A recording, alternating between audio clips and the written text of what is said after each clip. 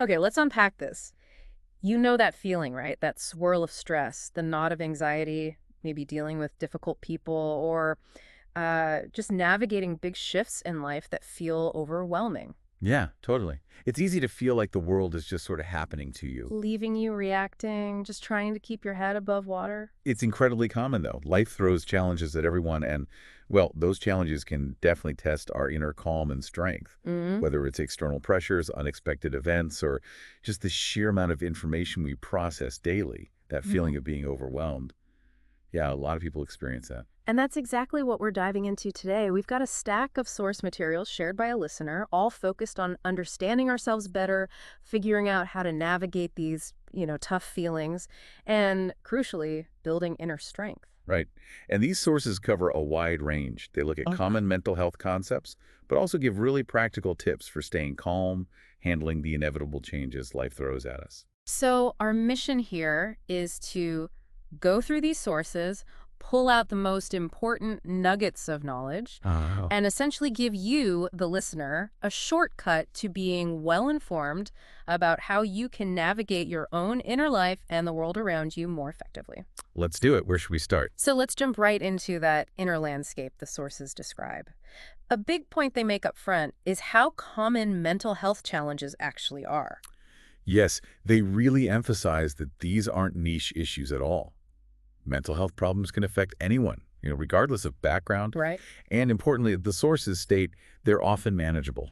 People can and do live happy, successful lives, even while navigating these challenges. That's key. Though the severity and how noticeable the symptoms are, Yeah. that can vary wildly from person to person. And the sources list several potential factors that contribute, right? Things like family history. Yeah, suggesting a predisposition if others in your family have struggled. Sure. And they also discuss chemical imbalances in the brain, mentioning neurotransmitters. But what's particularly interesting, Mm. the sources also point out that research suggests our behavior can actually cause chemical changes in the brain too, not just the other way around. Wait, really? So it's not just about some pre-existing imbalance you're stuck with. Our actions and experiences can influence our brain chemistry. Exactly. It implies a more dynamic relationship. It's not just one way. That's fascinating. The sources also highlight stressful life events as major triggers, things like grief, loss, experiencing violence, or trauma. And they specifically call out drugs as well? Yes. Hmm. The sources link heavy use of marijuana and amphetamines, for instance, to triggering psychotic episodes in some people. Which kind of leads us into understanding some of the specific terms the sources use to describe these challenges. Psychosis, for example? Right. Psychosis is described as someone becoming very confused, essentially appearing out of touch with shared reality. And what does that actually look like, according to the sources? Well, symptoms can include hallucinations, seeing or hearing things that aren't there, like hearing voices, Okay. false beliefs or delusions, paranoia, and disorganized thinking or behavior that makes it hard to follow conversations or, their logic. Mm. They might have difficulty speaking clearly, or their emotional expression might seem flat. And the sources emphasize help. Absolutely. Yeah. They reiterate that drugs can trigger these episodes and underline the crucial importance of seeking professional help, a doctor, psychiatrist, or a clinical psychologist, and getting support from friends and family. That support network is vital. They also discuss schizophrenia. The sources define it as a serious illness impacting thoughts, perceptions, emotions, behavior. Yeah, and it affects about 1 in 100 people worldwide, Yeah. often starting in the teen years or early adulthood. And there's a distinction in symptoms. Yes, the sources differentiate between active symptoms, things that are sort of added like delusions or hallucinations, and passive symptoms, Yeah. which represent a loss of previous feelings or abilities. And here's a critical point the sources are very, very clear on. Schizophrenia does not mean having multiple personalities or split personality. That's such an important clarification. That misconception is everywhere. It really is. And the sources directly address it. They also note that with support and medication, it can be managed. And getting help early makes a really big difference in outcomes. Good to know. They also mention anxiety disorders, which feel very common. Extremely common. Yeah. Anxiety is described as coming in many forms that can genuinely stop people from doing what they want to do. Like. Well, things like sudden, intense panic attacks that seem to come out of nowhere, Right. or specific phobias like agoraphobia, the fear of being in open spaces, which can make leaving the house feel impossible for some. And the sources link anxiety to obsessive behavior, too. Yes, they give the example of someone having to repeatedly go home and check if they turned off the cooker, even though they know rationally they did. Ugh, that sounds exhausting. It is. But they say people with high anxiety can learn to manage it. They specifically highlight cognitive behavioral therapy, or CBT, Ah, okay. CBT. as a very effective tool mentioned in the sources for tackling that. Got it. What else did the sources touch on? ADD. Briefly, yes. Attention deficit disorder, or ADD, described as problems with concentration and focus, being easily distracted, sometimes being excessively active, or tending to daydream. They note it often starts in early childhood. And eating disorders were mentioned, too. Listed as illnesses where someone has a distorted body image and is really preoccupied with eating, food, and weight. Specific types. Anorexia nervosa, bulimia nervosa, and binge eating disorder are mentioned, with strong advice to get professional help as soon as possible, starting with a local doctor. Early intervention is key. Makes sense. And they seem to dedicate a bit more space to borderline personality disorder. They did, specifically noting its potential for misdiagnosis, often being confused with mood disorders. What are the characteristics they described?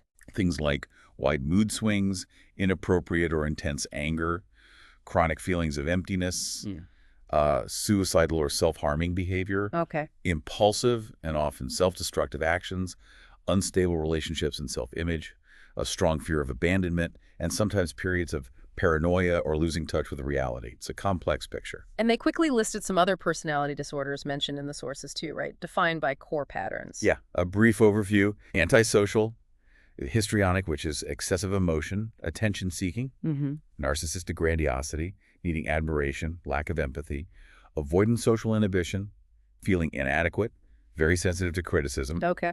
dependent and excessive need to be taken care of, and obsessive-compulsive personality disorder, preoccupation with order, perfectionism, and control, often at the expense of flexibility or efficiency. Wow, that's quite a list. It gives you a sense of the different ways challenges can manifest, at least as described in these sources. It really paints a picture of the complexity involved.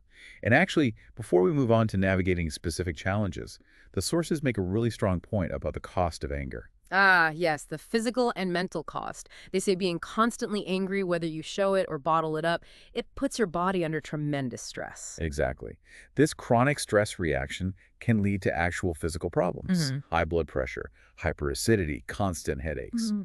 And mentally, it brews guilt, which then cycles back into physical issues like lack of sleep and fatigue. That was a vicious cycle. Completely. The sources frame this as a very clear, compelling reason to find ways to control anger. You're basically choosing to suffer these consequences and live an unhappy existence if you don't.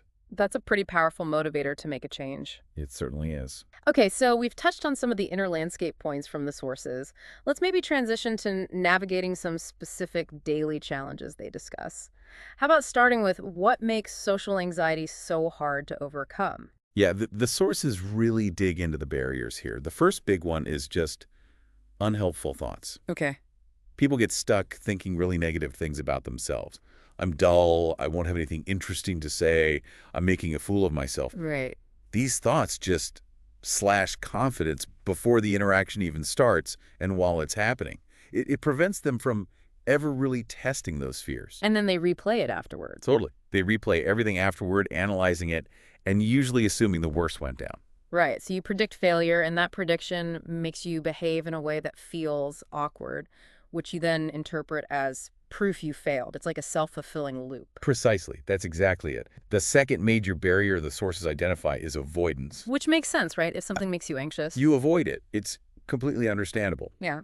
But the sources pinpoint this as a primary reason social anxiety persists. Why? Because you miss chances. Exactly.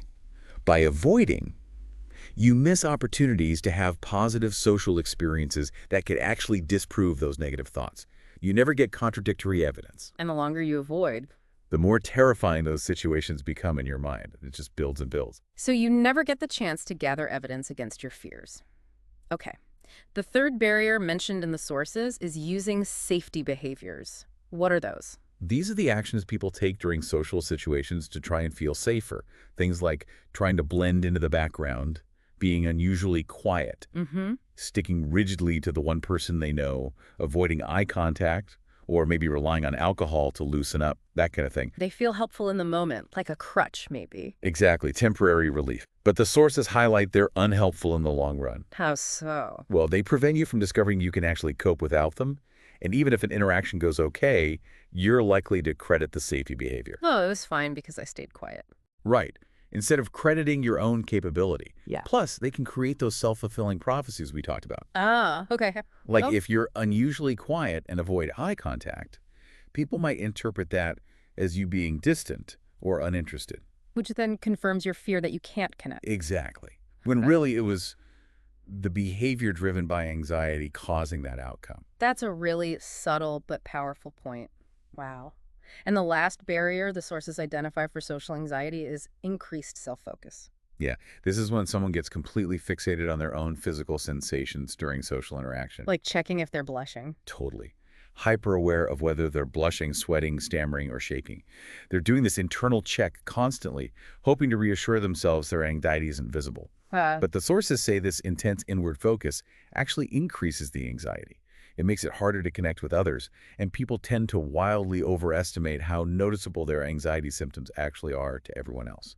So the effort to hide the anxiety just makes it worse and keeps you trapped in your head. Pretty much, yeah. Okay, moving from anxiety to a broader challenge, the sources also talk quite a bit about stress. We all experience it, but it's a problem when it takes over your life. Right. And the root cause of stress, according to the sources, often comes down to not feeling in control of a situation. Okay. And crucially, they state this applies whether the perceived threat is real or entirely imaginary. Your body and mind react with the same stress response either way. That's a key insight. The perception is the driver, not necessarily the objective reality. Mm-hmm. But the sources also say you do have the tools inside you to overcome stress and anxiety, even when it feels impossible in the moment. Mhm. The capacity is there. But something gets in the way. Yes, the sources identify 3 obsessive behaviors that act like anchors, preventing you from healing from stress and, frankly, genuinely enjoying life. Okay, let's hear about these blocking behaviors. What's the first one? First is obsessive perfectionism. This is that relentless drive to do everything just so, feeling immense anxiety if it's not perfect. Like you have to get it exactly right. Yeah, the source gives examples of the internal statements. I have to do this right or I'll be a failure, or if I am not precise, people will be mad at me. Ouch. The sources say this mindset, even if it's subconscious, severely limits your ability to relax and enjoy things without feeling uptight and stressed. It sounds exhausting and honestly counterproductive. Yeah. What's the second obsessive behavior? Obsessive analysis. This is constantly rehashing a task, an issue, or a conversation over and over and over in your head. Not just reflecting, but looping. Exactly. The internal dialogue might be something like, I need to look this over again, study it more, or else I can't relax, or if I relax, something terrible will go wrong. So it prevents you from ever truly being present or enjoying any peace because you're constantly checking or worrying. That's it. The sources are clear. Gaining insight into these specific blocking behaviors, this perfectionism and endless analysis, is presented as one of the most important keys to loosening the grip of stress and gaining power over anxiety. That gives you a specific target to aim for rather than just fighting stress vaguely. Right. Okay. The sources also tackle another major life challenge, dealing with change, which nobody loves, usually. True. But they frame it not just as difficult, but as, well, fundamental to existence and necessary for progress. How so? And quite profound, actually. The sources argue that without change, there's no progress, no movement, no growth, development, events, time, space. Basically, no existence itself. Wow, okay. That's a big perspective. It is. And despite this fundamental truth, we resist it. The sources connect the ability to accept change more readily to having a wholesome purpose in life. A purpose helps you roll with the punches. Kind of. It helps us see the potential benefits, even in the difficult twists and turns that change inevitably brings. It gives context. That perspective shift is powerful, and they offer some practical tips for navigating change itself, too. They do.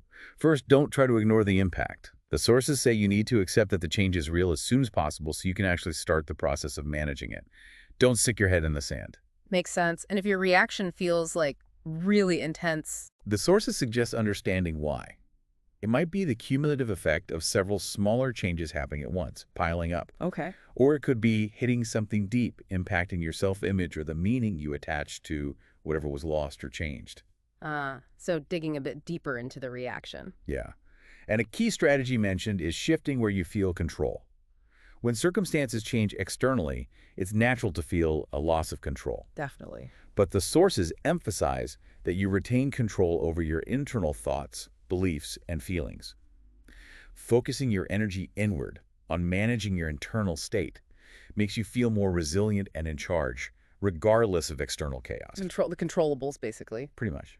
And actively looking for new opportunities within the change. Even if it feels like just loss initially. Right. The sources acknowledge loss comes with change, but there's almost always new opportunity too, even if it's not obvious immediately. Cultivating the belief that it's there, waiting to be discovered, is important. And for really big losses. For significant losses, like the example of a spousal separation given in the sources, they suggest it might require rediscovering your essential self, who you were, before that major change defined you. How do you do that? Asking yourself what you genuinely enjoyed doing back then, who your friends were outside that relationship, what you dreamed of doing, reconnecting with that core part of you. That's a poignant invitation to reconnect with yourself. Very interesting. Some other practical advice includes surrounding yourself with supportive, positive people. That came up again. Yeah, that seems like a recurring theme. Definitely. And actively censoring yourself from negative influences. Censoring? How do you mean? Being mindful of the media you consume, TV, radio, music, if it's just adding stress, anxiety, or depressed feelings that aren't productive or helpful. Making conscious choices about your inputs. Right, protect your mental space. Exactly. And recognizing when professional help is needed is also on the list, especially for changes that feel shattering. You don't have to go it alone. No. And the sources note you might not need intensive therapy. Even 1 or 2 sessions a month can provide significant benefit, just having that external perspective. Good point. Ultimately, the sources bring it back to that idea that the purpose within life's changes is inherent in existence itself. Living with a strong sense of purpose makes accepting and even understanding the benefits of change easier, helping you overcome that natural resistance. It sounds like so much of what the sources describe is about building internal capacity, which leads us really nicely into our final section. Right. Building resilience and emotional strength. And the sources make it very clear that mental toughness is not just something you're born with. Right. That's a core, really empowering message. Mental toughness can absolutely be built, gained, or learned. It's not fixed. Oh. The sources use the analogy of working out a muscle. You build it by deliberately stepping outside your comfort zone regularly, testing your limits. And that process makes your mind tougher over time. So it takes effort, like physical training. Exactly. It takes effort, but it's achievable for anyone willing to put in the work. And tied into that is developing emotional coping skills. Yes. This is about proactively learning to handle your own emotional responses better. Not suppressing them. No, not suppressing. It starts with understanding what your emotions mean, why you tend to react the way you do in certain situations, and then developing strategies. The goal is to be in control of your emotional destiny, Right. rather than feeling swept away by your feelings when pressure hits. But the sources note this takes time and effort, and the most powerful lessons are found in experience itself. You learn by doing. And at the heart of all this seems to be self-awareness. The sources call that a vital first step. Absolutely vital. It helps you know more deeply about yourself, your thoughts, your emotions, your reactions, and critically, where they are guiding you, consciously or unconsciously. And that understanding allows change. Precisely. This understanding is what allows you to make conscious changes instead of just reacting on autopilot all the time. The sources even mention specific physical cues as ways to gain insight into your emotions. Yeah, like noticing a warm face might signal embarrassment, or butterflies in your tummy could mean nervousness. Clenched teeth might indicate anger.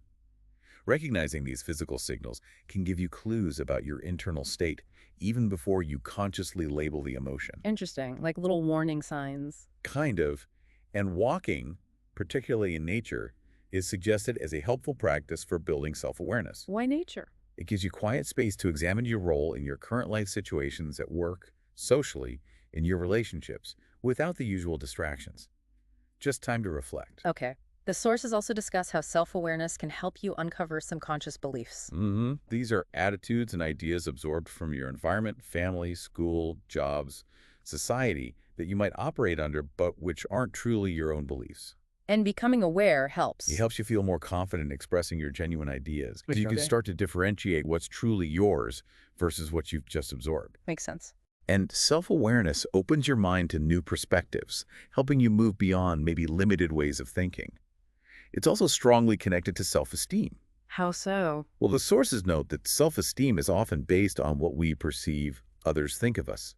Examining those subconscious beliefs about ourselves is crucial for recalibrating our self-image based on internal truth, not just guesswork about external perception. Right, building it from the inside out. Exactly. Another challenging but important practice the sources discuss is forgiveness. That's a tough one. Oh, definitely.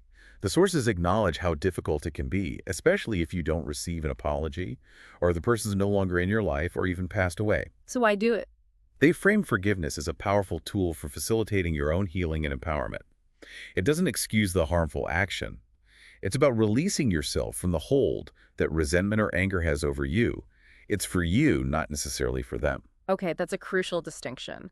But how do the sources suggest you even begin when it feels so hard? They suggest starting small. Practice forgiveness for minor offenses, Hmm. like someone cutting you off in traffic, just to begin opening your heart to the idea of letting go. Like building a muscle again. Kinda, yeah. Specific activities mentioned include practicing mindfulness, just being present with the difficult feelings without judgment, and drawing inspiration from Viktor Frankl. Man's search for meaning. Right. Finding meaning through pain. Deliberately choosing to create purpose even from suffering. That's a profound way to reframe things. Wow. And there's a specific exercise they describe too, isn't there? A letter. Yes, a very concrete practice. Write a letter to the person who hurt you. Don't censor yourself. Describe in detail how they hurt you and how you felt about it. Pour all that pent-up emotion onto the page. Get it all out. Then, explicitly state that you are deciding to forgive them. Explain why you are forgiving, maybe saying you're doing it for your own healing because you no longer want to carry the pain. Finally, rip the letter into shreds. It's a symbolic act of releasing those emotions and letting go. Oh. The sources say this exercise, though simple, can be incredibly powerful for emotional release. That sounds like a really tangible way to approach something very abstract and difficult. I like that. Yeah, it gives you something concrete to do. Beyond these deeper practices, the sources also offer several practical techniques for finding calmness in daily life. Breathing came up. Yes, a key one is diaphragmatic breathing. The sources describe it in detail. Sit or stand, place one hand on your chest, the other on your stomach. Okay. As you breathe in, let your stomach swell forward like inflating a balloon. As you breathe out, let it gently fall back. The key is to keep your chest and shoulders relatively still. So the breath is low. Exactly. Yeah. Focusing the breath low, taking the same depth each time for a steady, even rhythm. The sources say this technique immediately reduces physical activation and promotes relaxation by getting air deep into the lower lungs. It calms the nervous system. That's something you can literally do anywhere, anytime you feel overwhelmed. Very practical. Visualization is another technique they mention. Yes, practicing visualization daily, especially before bed, is presented as a way to train your mind to release stress and anxious thinking. How does that work? You visualize calm scenarios, or simply visualize yourself releasing tension, sending a deliberate message to your brain that it's time to let go of anything it's holding on to from the day. The sources say with consistent practice, you can learn to release stress very quickly this way. Training the mind. Okay. They also group together longer-term lifestyle changes that contribute significantly to calmness. Right, like eating a well-balanced diet, staying consistently hydrated with water. The basics. The basics, but they matter. And actively avoiding addictions, the sources specifically list drugs, alcohol, sugar, and caffeine because these substances put you on edge and make it incredibly hard to stay calm. They mess with your baseline. Totally. Simplifying your life is also highlighted as crucial decluttering your physical space. Organizing and intentionally reducing overwhelming commitments to create space for yourself, for reflection, and just for calm. Creating margin. Exactly. And simply physically slowing down. If you find yourself living at a frantic pace and feeling stressed all the time, the sources suggest that's a clear sign you need to consciously reprioritize your schedule and activities to build in space and time to actually slow down. Easier said than done sometimes. Oh, for sure, but necessary. Building and nurturing a strong support network is also presented as vital again here. That anchor idea. Yeah. Surrounding yourself with supportive people provides a crucial anchor during difficult emotional moments, helping to instill calmness when you feel those emotional storms brewing. And there's a focus on preparing or thinking ahead for potential difficulties? That sounds interesting. Yeah, the sources explain that while you can't prepare for everything truly unexpected, taking time to think about and prepare for possible future scenarios brings them into your conscious awareness. So they're less shocking if they happen. Kind of. When you have a clearer idea of how you might respond or what you could do if things change, you are naturally more calm, collected, and emotionally centered. This proactive approach comes from being mentally prepared for possibilities, even negative ones. That idea of being prepared for possibilities connects to thinking through your own decisions too, right? Exactly. Reflecting on the potential consequences of your choices and decisions before you make them puts you firmly in the driver's seat of your life, as the sources put it. How does that help with calmness? By visualizing possible outcomes, maybe in a quiet place where you can think clearly, you prepare your mind and your emotions. This allows you to respond to situations more proactively, based on your considered choices, rather than just reacting impulsively when things happen. Less reactivity equals more calm. Makes sense. Okay, finally, the sources discuss cultivating a positive mindset and connecting with others as key parts of building strength. hmm They touch briefly on characteristics of mentally strong people, again, like having emotional intelligence, learning from failures rather than being crushed by them, and not getting too hung up on other people's opinions. And a big focus is on engaging with others. How? Through active and curious listening, showing you're truly engaged, asking questions, summarizing what you've heard to check understanding, maintaining appropriate eye contact, and really resisting the urge to interrupt. Which is hard. So hard. But these are presented as key skills for building connection and understanding.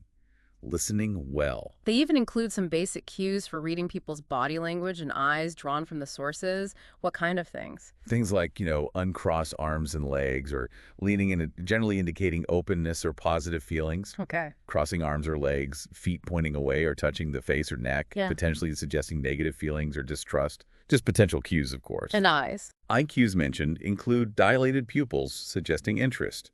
Different types of gazes, like a direct, steady gaze, can signal power or intimacy, depending on context. A softer gaze might mean social comfort. Blinking quickly, potentially meaning interest, and that old idea about looking right when someone might be constructing a story or fabricating something, Yeah. compared to looking left when recalling, though that's debated. Great. Take with a grain of salt. Definitely. They also briefly mention an ancient concept of reading energy types as an interesting historical perspective, though obviously less practical than the behavioral cues. It's a lot to observe in the moment, though. It is. Don't get too bogged down in it. And the idea of managing your thoughts comes up again, The control aspect. reiterating that you can't always choose the thoughts that pop into your head, but the sources say you absolutely can control them as they come. The focus should be on managing incoming thoughts and directing them, rather than trying fruitlessly to suppress unwanted ones once they're already there. Guiding the stream, not damming it. Nice analogy. Yeah. And some simple, actionable practices for cultivating positivity mentioned in the sources. Any final tips? Yeah, a few good ones. Make sure you have fun, regularly finding what genuinely makes you laugh, and scheduling time for it. It's important. Don't neglect play. Good reminder. Intentionally spend time with positive people, because the sources suggest you tend to become like those you spend the most time with. Influences matter. Contribute to your community. Helping others is a powerful way to shift your perspective and boost your own sense of positivity and purpose. Get outside yourself. Exactly. And practice gratitude weekly. Actively reminding yourself of what you are thankful for helps maintain a positive outlook, especially when things are tough. Wow. Okay. We have covered so much ground in this deep dive, starting from understanding the commonality and nature of mental health challenges, Right. moving through specific strategies for navigating things like social anxiety, stress, major life changes, Yeah, the practical stuff. and then delving into building that inner resilience through practices like self-awareness, forgiveness, practical calmness techniques, and cultivating positive connections. The sources really offer a wealth of insights and tools, don't they? Yeah. I think the powerful takeaway isn't that life will magically stop being challenging, or that you have to be born naturally resilient. No. It's that you can actively learn and apply these strategies to navigate difficulties, build strength, and really shape your experience more consciously. So, pulling all this together, Oh, maybe thinking about the listener, what's the most significant idea for you to take away from all this? that's a good question. Perhaps it's that insight that stress often originates not from the situation itself, but from your perception of a threat, whether real or imaginary, which puts the power to change your experience right back into your own hands. That's huge. Yep. Or maybe it's that idea that our deep resistance to change is what prevents us from seeing the fundamental purpose it serves in our very existence and growth. Accepting change as part of life's flow. Yeah, definitely something to really chew on as you navigate whatever comes next.